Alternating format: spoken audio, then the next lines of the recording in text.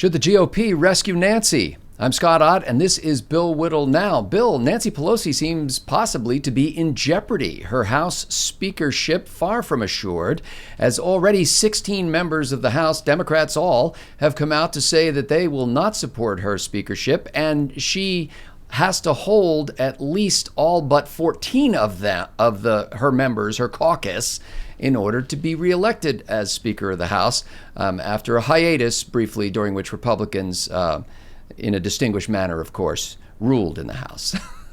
And Bill, it occurs to me that you and others on the right need to step up and defend Nancy Pelosi, because the risk of the alternative may be greater than going back to her way of running the House. What do you think? One of the greatest Napoleonic maxims is never, ever interrupt your enemy while he's busy making a mistake. And that's precisely what I think we should do. I think Donald Trump should say, we must not allow Nancy Pelosi to be Speaker of the House under any circumstances. It would be a catastrophe for America. That would guarantee her election as Speaker, and that would be exactly what we want. I have to tell you, Scott, I don't even think it's a weak Democratic bench. I don't know who the Democratic bench is, but we could not do better than Nancy Pelosi. Now, I understand how she grinds on people. She grinds on me, too. The fact of the matter is, there's going to be a Democratic Speaker of the House because a lot of Republicans didn't come out to vote. So that's what happens when you don't come out to vote. But if it's got to be somebody, I would much rather have it be somebody who is playing against their own strategy. I mean, she's old and white. This is not how I like to look at things. This is not how I think conservatives look at things at all. But this is certainly how liberals do.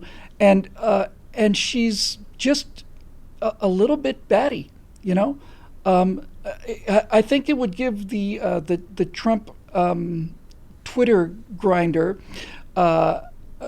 ample grist, for the next 2 years. And I can't imagine a better speaker for Republicans than Nancy Pelosi.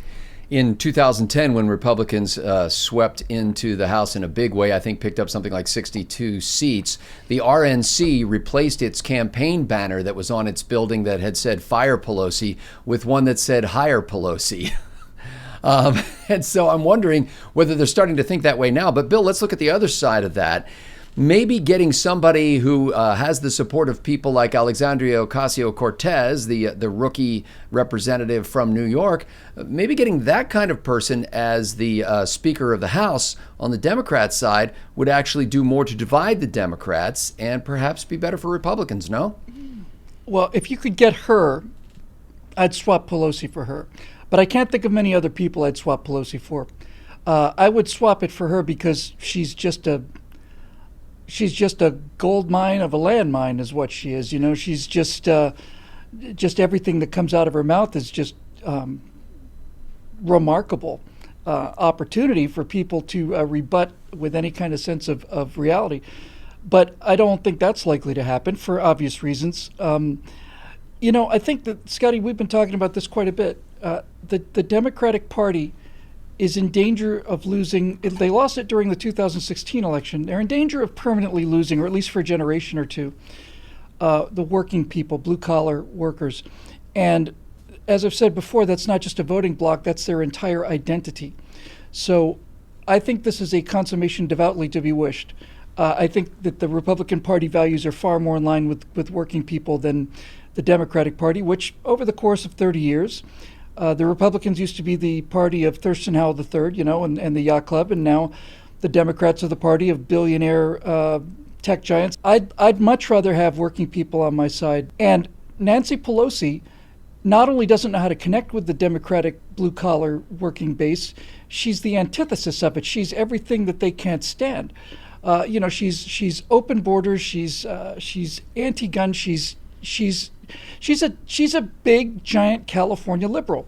And living in the land of giant California liberals, I don't think there's anything better to motivate the rest of the country than to see what would happen if we decide to adapt some of these policies across the greater United States.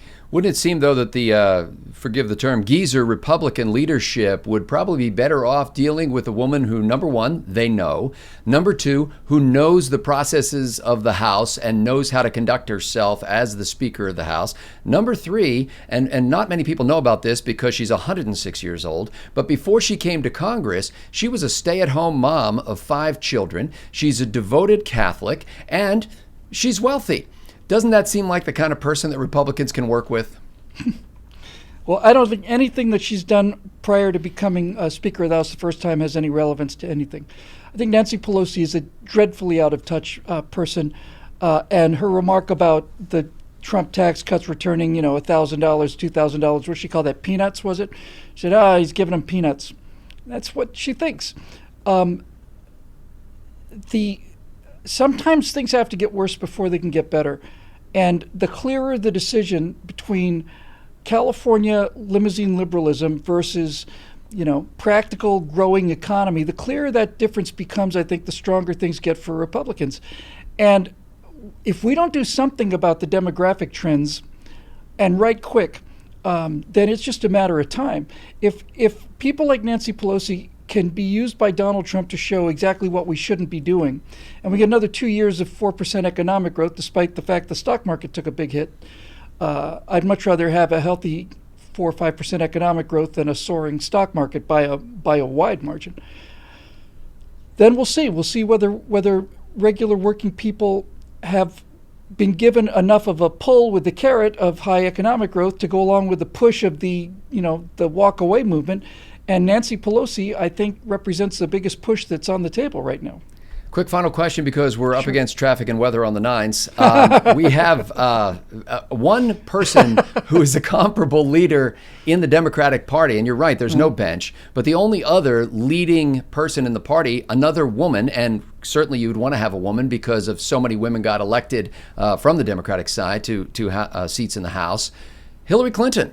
And as some folks know, and our viewers certainly know, you don't have to be a member of the House to be the Speaker of the House. Bill, are you willing to chip into a Kickstarter campaign to get Mrs. Clinton into get the gavel in her hand? My willingness to help the enemy, and I say the enemy, I mean the political enemy, obviously, the ideological enemy, has its limits, Scotty. I'm willing to lose an outpost or two in order to convince them of our strength is different than what they think it is, but I'm not going to give up the Capitol for it. Hillary Clinton, the chance of her becoming Speaker of the House is 0. Well, it's not 0. And the only reason I say that is because my chance of becoming Speaker of the House is not 0 either, at least when a Republican. The reason I raise her is because they say that they believe in her. They say that she should have been president. They say she's the most competent woman in the country. Why not? Well, that's what they say, but what they feel is something entirely different. I think most Democrats just cannot wait for this woman to go away. I mean, I think there's probably a hardcore of maybe, 10, 15% of the population, 20% maybe, that are hardcore Hillary supporters, believe everything she says, think, the whole thing's a great injustice. But most Democrats, I think, are pretty tired of this and especially resentful that she lost the easiest win that the Democrats have had in, since the Civil War, I would say. Well, ladies and gentlemen, we will be watching with bated breath, as my grandfather used to say, to see what happens in the race for Speaker of the House, whether it's Nancy Pelosi or someone else more favorable to the Ocasio-Cortez cortege, as one might say. But in the meantime, Bill Whittle will be giving you his insight and his analysis 5 days a week onto the breaking news of the day. And that is all made possible by members at BillWhittle.com who contribute $9.95 a month to make sure that these kind of conversations can happen and can be dispersed around the world. So for Bill Whittle, I'm Scott Ott. Thanks to the members at BillWhittle.com for making this possible.